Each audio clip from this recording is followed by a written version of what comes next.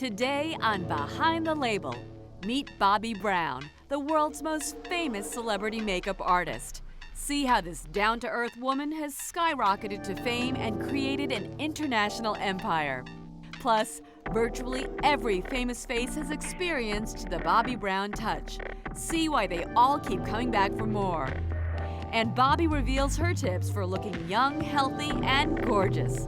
All next.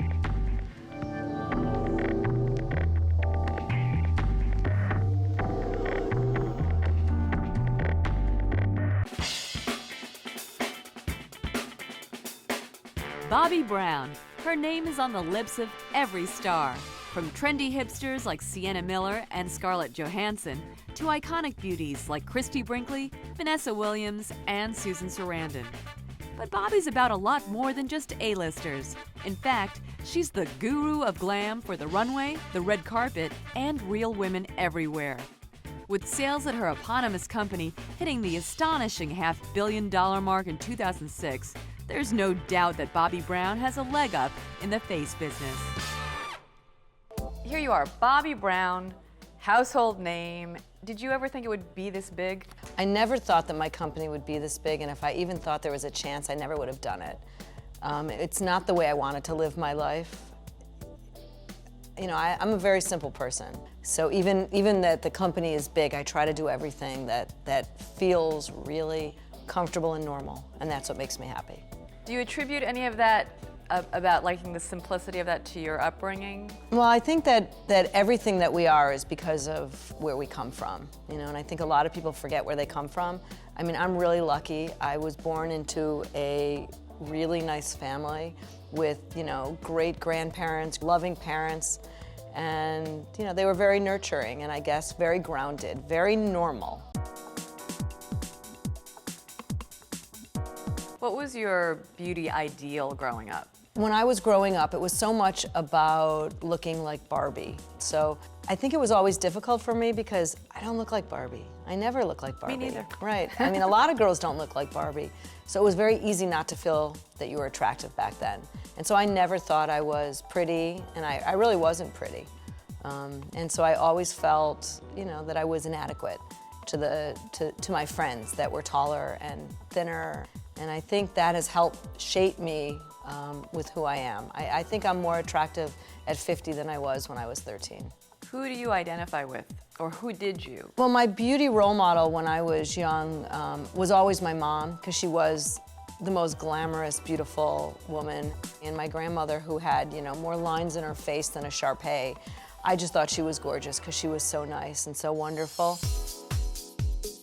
But with images of curvy blonde glamazons like Cheryl Tiegs dominating the scene when Bobbi was growing up, the 5-foot-tall brunette had very few famous role models.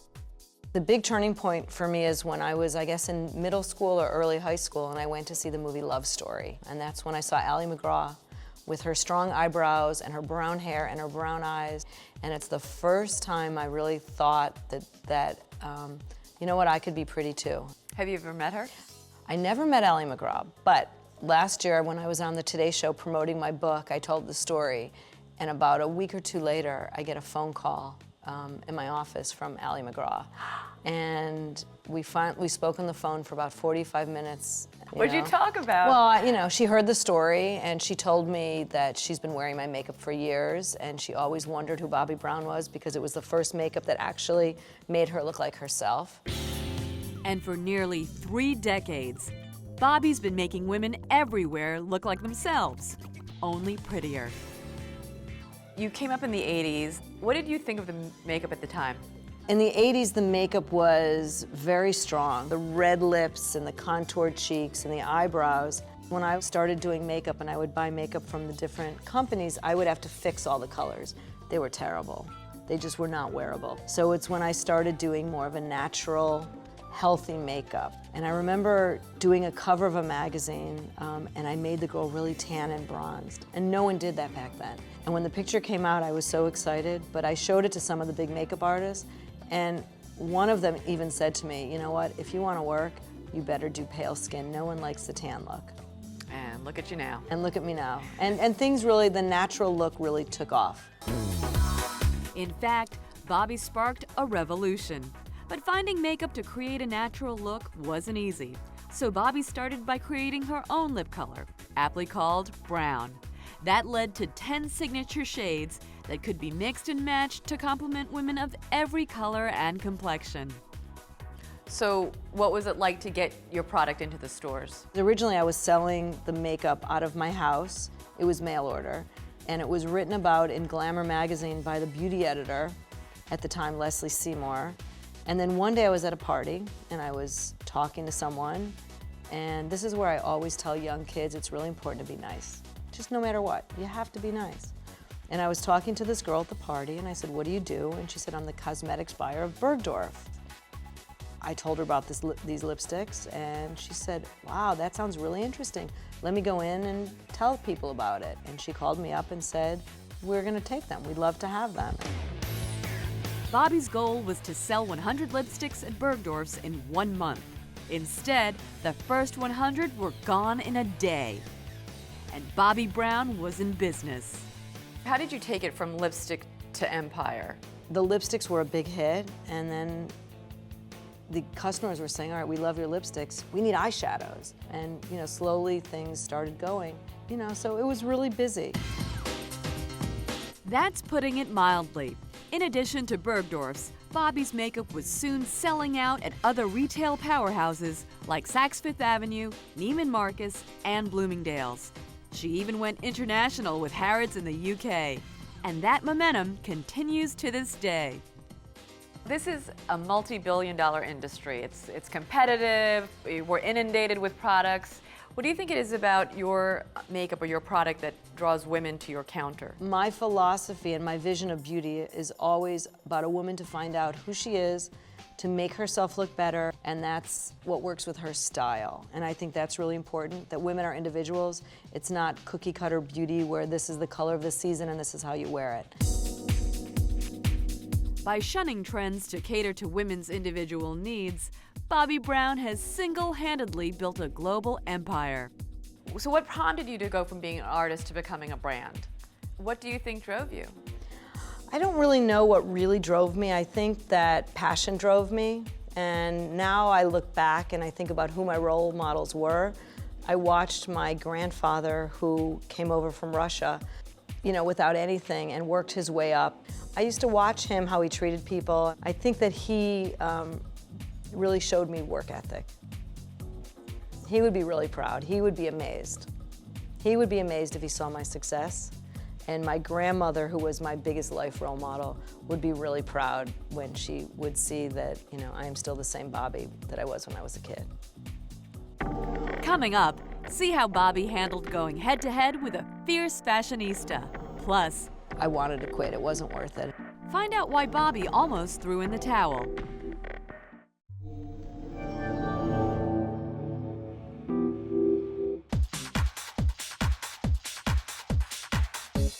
Bobbi Brown.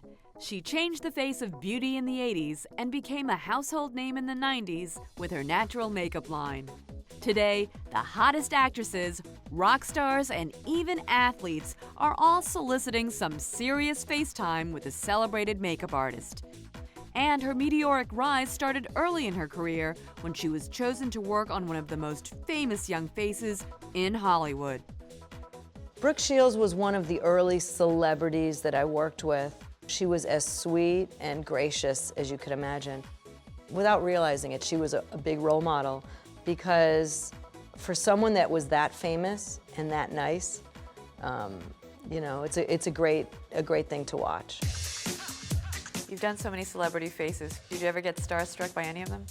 I've gotten starstruck many times. I mean, Angelica Houston, going to her hotel room, I'll never forget, that was pretty something. Doing Tina Turner, that was pretty starstruck. I got to do Bono once. I got to do Bruce Springsteen, the Rolling Stones. That was really neat. Not too shabby. Not too shabby. But the glitz and glamour of the celebrity world was all new to Bobbi, who grew up in the quiet suburbs of Chicago. I'm curious about what you were like as a child. Were you always into makeup, even as a little girl? Well, I've always been a very creative person. When I was 6 years old, my mother gave me a box of her makeup and a pad of paper and said, "I'm going to make dinner. draw a picture. So she left and she came back a half hour later. I had made up my face and all my dolls and I think my dog at the time. And she says she knew I was going to be a makeup artist. I also love the story about how you made your first foray into the beauty industry you were going to drop out of college, and then what happened next? Well, the best gift my mom ever gave me is after I was in college for a year at University of Arizona, I came home at the end of the year and I told my mom that I really didn't want to go to school. And my mom said, "You have to go to school." And I said, "But Mom, I have no idea what I want to do with my life." And she said, "Forget what you want to do with your life. Pretend today's your birthday and you can do anything you want. What would you want to do?" And I said, "I'd love to go to Marshall Field's," which was the big department store in Chicago, "and play with makeup." And my mom said, "Great, why don't you be a makeup artist and go to beauty school?" And Bobbi was no beauty school dropout. After studying theatrical makeup at Emerson College, she headed straight for New York City. Here you are, Chicago girl in the big city. How did you go out and market yourself? I mean, I knew nothing and nobody. I opened up the yellow pages when I came to New York and I looked up modeling agencies, I looked up models, I looked up makeup, and I just started making appointments. And I think being naive was the best thing I could have done. I had no preconceived ideas that it wouldn't work, and I just went straight ahead. What were those early days like? Was it hard to find work? There was no work in the beginning. It took me, I would say, probably about 6 months to get my first job. It was a job with a magazine, Glamour magazine. Were you nervous at all? I was always nervous, because you didn't know what you were doing at the time. But clearly, Bobbi was doing something right because it wasn't long before she was walking tall with the supermodels. In 1987, you got to do your first Vogue cover with supermodel Naomi Campbell and the legendary photographer Patrick Demarchelier, and that must have been incredible for you. My first Vogue cover was Naomi's first Vogue cover, and it was, a very exciting moment. And that was a pretty big break. And she actually got really mad at me when she saw the cover because Why she is had a that? signature look. She would do her lips with this very dark pencil and not blend it and put a gloss over it. I thought it looked really unnatural. So I did one color sheer, like a blackberry lip or a chocolate lip. And so when it came out and she didn't have her signature thing, I remember she said something to me. How do you handle a situation like that? I never want to get anyone upset, and I don't like when people aren't happy. But I did what I thought was right.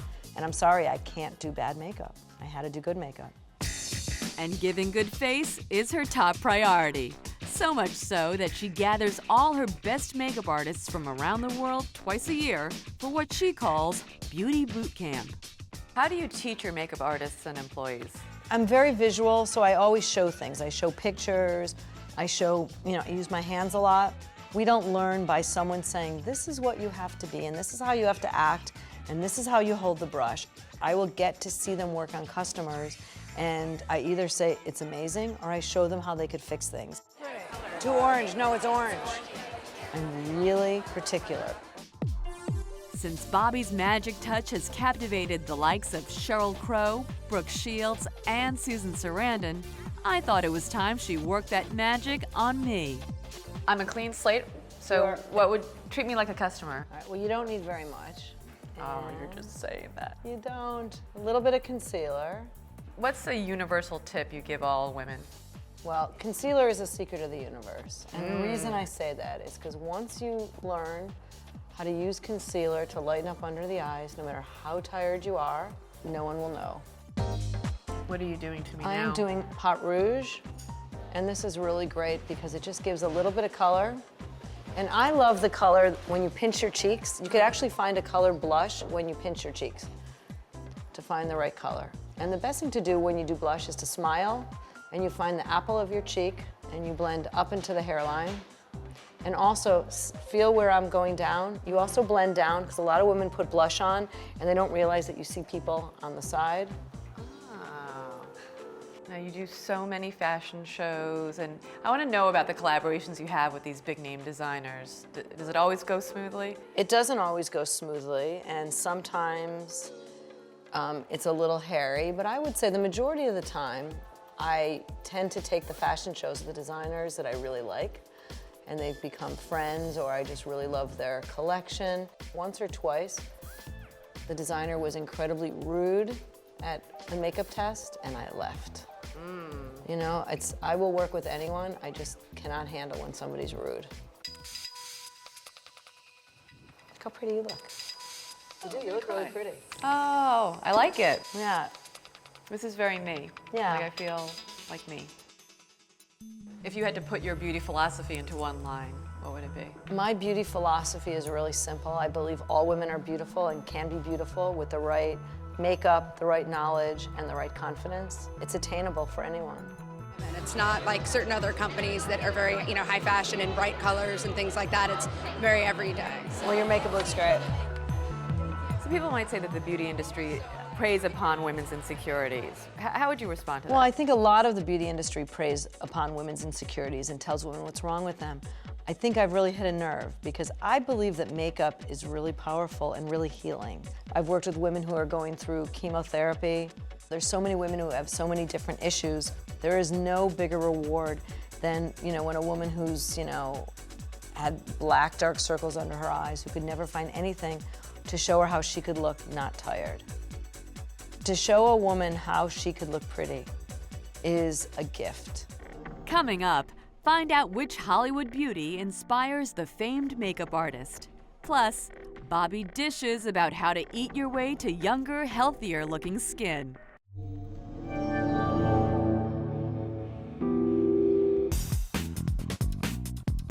Makeup artist to the stars, Bobbi Brown rocks both the runways and the red carpets with her natural approach to beauty. She started her empire in 1991 with just one lipstick. And now, 15 years later, Bobbi Brown Cosmetics is worth $500 million. In the dog-eat-dog beauty biz, where loyal customers are an oxymoron, Bobbi's accessible makeup and laid-back style have created a legion of faithful fans around the globe. She's always coming up with new palettes and new ways to appeal to her clientele. And I think that for a natural-looking makeup, there's no one better than Bobbi Brown. How do you keep up with the ever-changing trends and just what's out there? Well, I really, truly, when I look at my brand and my line, I don't look what else is out there because I find that so many of the companies are so busy looking at everybody else that it becomes a big diluted mess. I think I have, a much clearer opinion of what things could be because it's not clouded with all these people telling me what it should have. I always just do what comes natural. Like I don't think about things, I feel things. You listen to your story, it seems picture perfect and how your career has just grown. I'm curious, what were your challenges or your obstacles that you've encountered? Nothing is picture perfect, okay? I mean, it's, big challenges, there's been many. There's a lot of growing pains early on. There was a person I started the business with.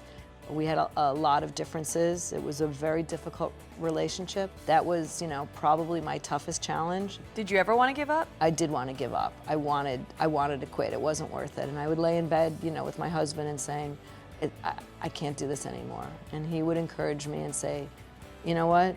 Just be patient, just be patient. So my husband's always been a really big supporter. He's really helped me a lot. And her patience paid off. In fact, Bobbi's business became so successful that it attracted the attention of a famed beauty giant. What made you decide to sell your company to Estee Lauder in '95, right? Right. We sold the company in '95, and it wasn't for sale, and Lauder was the third company that came to us to buy us. If you ever met Leonard Lauder, you would understand. Leonard is just an amazing man, and he says, we can't beat you anymore, we'd like to own you. And I said we weren't for sale, and he said, what if you can do what you do, but have behind you, an organization to grow the business that you could never, dream of to do by yourself.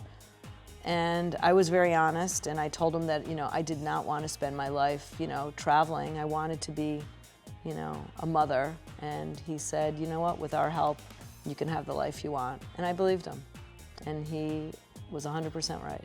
What's your role in the company now? My role in the company is I think I own it. I don't act any differently. I'm amazed that I don't own it. I honestly, it's my fourth child. It is, you know, I love it so much. In addition to her hugely successful makeup and skincare lines, Bobbi has also produced a series of New York Times bestseller beauty books featuring some seriously famous faces. You have a celebrity following, and you use a lot of your celebrity friends in your books. Right. The celebrities that I asked to be in my book were women that I admire. They're all women that are confident, that are, I mean, undoubtedly beautiful, but they have a presence. I mean, Lorraine Bracco is a perfect example. Yes, she used to be a model. She's an actress. She's an amazing woman. She's kind. She's everything. She's hilarious. She's hilarious, and she's stunning. And you know what? As she has aged, she has evolved into who she is. She's not trying to be who she was. And I don't even want to mention the celebrities that didn't do that and what they look like now. Okay, I have to talk about cosmetic surgery. Yeah. It's prevalent, it's everywhere. Yeah. How do you feel about it? Cosmetic surgery is great where it needs to be, which is reconstruction. I think that what has happened in our society is so bizarre. Who says that you have to look young for your entire life? People are erasing their faces. They're filling in things that shouldn't be filled in. They're changing their lips. They're just doing these bizarre things that they're making women look like aliens. And why can't we see our celebrities, you know, who are in their 40s and 50s with things around their faces that make them look like women? If you take care of yourself, you eat well, you exercise, it definitely helps. To me, it's common sense. But does Bobbi really practice what she preaches? It was off to Dean and DeLuca in New York City to see if her holistic approach really makes her shopping list. I read in your book that you went through all the diets growing up, the diet fads. Right. What made you stop doing that? Nothing made me stop. It's just an evolution. You know, I've slowly learned what works and what makes me feel good. And, you know, that's the thing. Turning 50, you know, the great thing about turning 50 is you finally have most of it figured out. It's true. You don't look as good as you did when you were 40s, but you have it figured out. You won't eat a Twinkie. Oh, God, no. I don't think it tastes good. I mean, I will eat something, you know, really good. And I prefer to waste my calories on red wine. And not Twinkies. Smart woman. If you had to give me a list, like, just shoot off what's good for you, for, you know, to start eating well. Right. You know, water, olive oil, and real food, you know, so fruits and vegetables, and clean proteins, and really great fruit that's not super sweet. A lot of berries. Berries are the best thing. In your book, in all of your books, you feature a lot of your celebrity friends. Do you ever talk to them about nutrition and tips you give each other? Well, always, because you know what? They're just women. And what do women talk about? We talk about diet, we talk about makeup, clothes, exercise. Lorraine has a great wine company. Do you know that? She has a wine called Bracco Wines. And? So we talk about wine a lot. And we drink wine a lot. And is it a good wine that she makes? makes? It's a very good wine. So is wine good for your skin? I think it does two things. I know that it helps your heart, and I know you can't drink too much of it, but it also kind of relaxes you. And if you think about it in a beauty way, if you're a little bit relaxed, you look really nice, gives you a nice flush. Do you have a glass of red wine back there? Where can you find, like, little artichokes? How cute is that? How would you prepare these? You steam them. You just cut them off and you steam them. You cut the top and you cut those off. And these are good for you? Yeah, they're really good for you. And my kids like them. My kids like them. Yeah, talk to me about that. Are your kids and your husband on board with everything that you make for them? And are they into eating healthy? Well, my youngest one I'm working on. You know, my husband doesn't eat meat. He's a vegetarian. My kids, it's amazing to watch them grow. My second child, who was the biggest junk food eater, doesn't drink soda anymore, doesn't eat white flour. He's completely changed his diet. How did that happen? You know what? I know I bugged him a lot, and then you just let go, they grow up. And you don't realize that they do listen. Somehow they listen to you. Bobbi Brown may be a household name when it comes to beauty, but it's her own household that she sees as her biggest success story. You talk a lot about your family and you talk about your sons. How did motherhood change you? Motherhood you know, I don't know how it's changed me, but it has just brought out, I mean, the word love. You know, to me, I can't think of any other word that means so much than love. The love that you feel when you first met your boyfriend, your husband, is this incredible feeling. And, you know, I adore my husband, but that initial thing goes away. It doesn't go away with your kids. That's, you know, that's something. And all of my success and everything I've done, I cannot believe how fabulous my children are. I mean, they are nice, nice boys, and I'm really proud of each and every one of them. My heart goes like this when I think about them. I'm not done, you know, they're not cooked yet, but, you know, I can't imagine my life without being a mother. You seem happy and you are at peace with a lot of things. How do you think you've changed people's perception of beauty? I think I've really helped women appreciate their own beauty that is maybe not what everyone else's beauty is.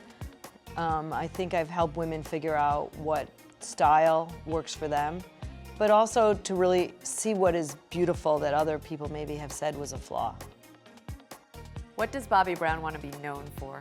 Bobbi Brown wants to be known for, you know, for helping women feel good about themselves.